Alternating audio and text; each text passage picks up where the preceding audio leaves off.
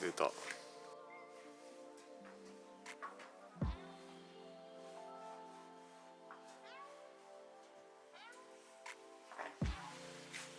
一応これで今レベルが出てます。でここに合わせて、はい、こ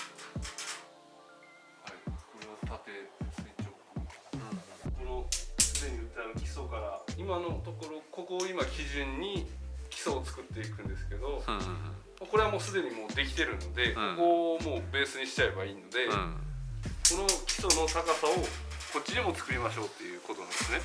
そしたら全体的に同じ高さになるわけなんで、これだけ基礎を作りましょう。打てばいいっていう。まあベースの柱の支えの部分ですね。全四方に。全四方。おお、大変やね。大変そう。ただまあそれは後にその土間打ちをした時に一応被る部分なので、まあ厳密に言うとそこまで水平を 100% 出さなくてもいい。ああ、そこまでまあガチガチに。ガチガチではない。このもう2、3センチ上ぐらいに土間が来るみたいなので、まあここはどうせ結局最後土間打つから。でとりあえず今基礎を全四方に張って、そこに柱を立てていって補強をしていくと。でもあんまり基礎はガチガチに固めへんねんね。固めてしまうと、4連長屋の一番端っこなんで他の家に影響が出ちゃうんですよ。結局4軒ともちゃんと揺れないといけないっていう目的があるので、どっかが固めちゃうとどっかが潰れちゃうと、うちだけが生き残ってもいけないっていう、まあ一応長屋なんで運命共同体ですっていう土壁にレーザー。確かにすでにここにコンクリが入っているので、もうこの上にもう直で作っちゃいます。じゃあ幅の型を作っていきます。でそこにモルタルを流して、モルタルを15から20センチぐらいの高さ、廃材です。廃材で枠組みを作る。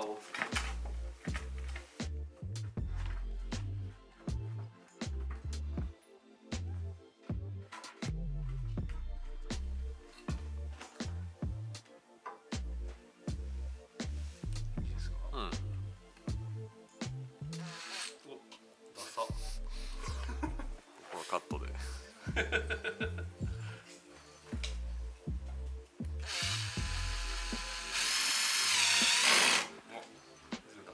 カットでカットですか？カットでって言いながら入れる普通は土とかだと土圧、って言って土でこっち側圧を与えたり、こういう杭でこう支えたりするんですけど、下がね、クリアからこうやってなっちゃうんで、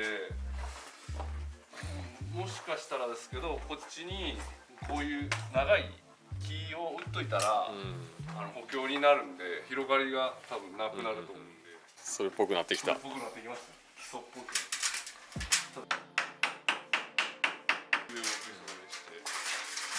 ただまあ割としっかり固定される。そうですね。で、まあここが固定される。それでも全部がっちり。そうですね、一応ちゃんとしたこの基礎用の資材とかあればこんないちいち区切りてとか、廃材でやらなきゃ別にもっと早くいくんでしょうけど、まあ僕らは DIY なんでわざわざそこ買ったって次の使いようがあんまないんで、ハマってねえじゃんプロの人はフィーフィーってやるじゃないですか、だから素人なんですよ本木さんもなります？知らん、そもそもあんまやったことないあれ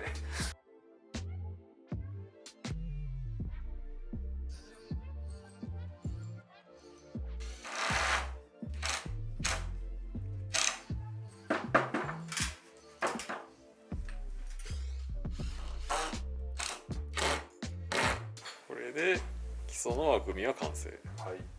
お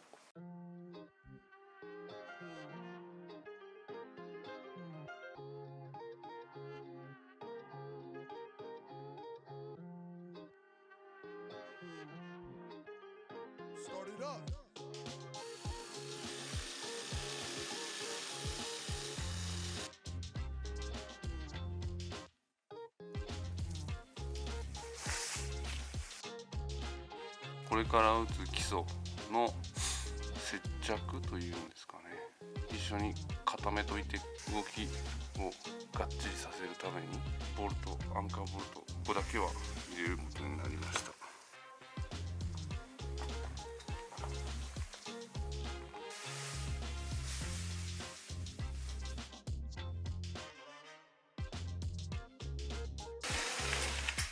ちょっと時間を置いたらなんか強度が増すみたいですね。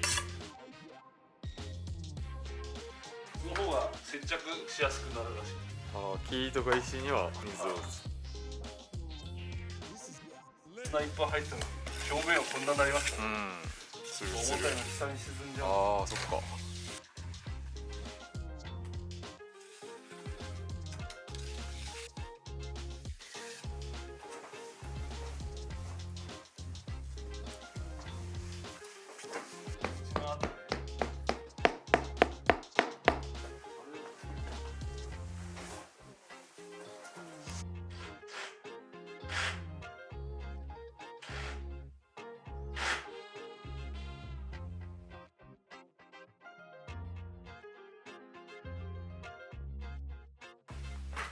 めっちゃ隙間空いてるじゃないですか。まあでも土間はまた入るんで、はい、大丈夫なんで。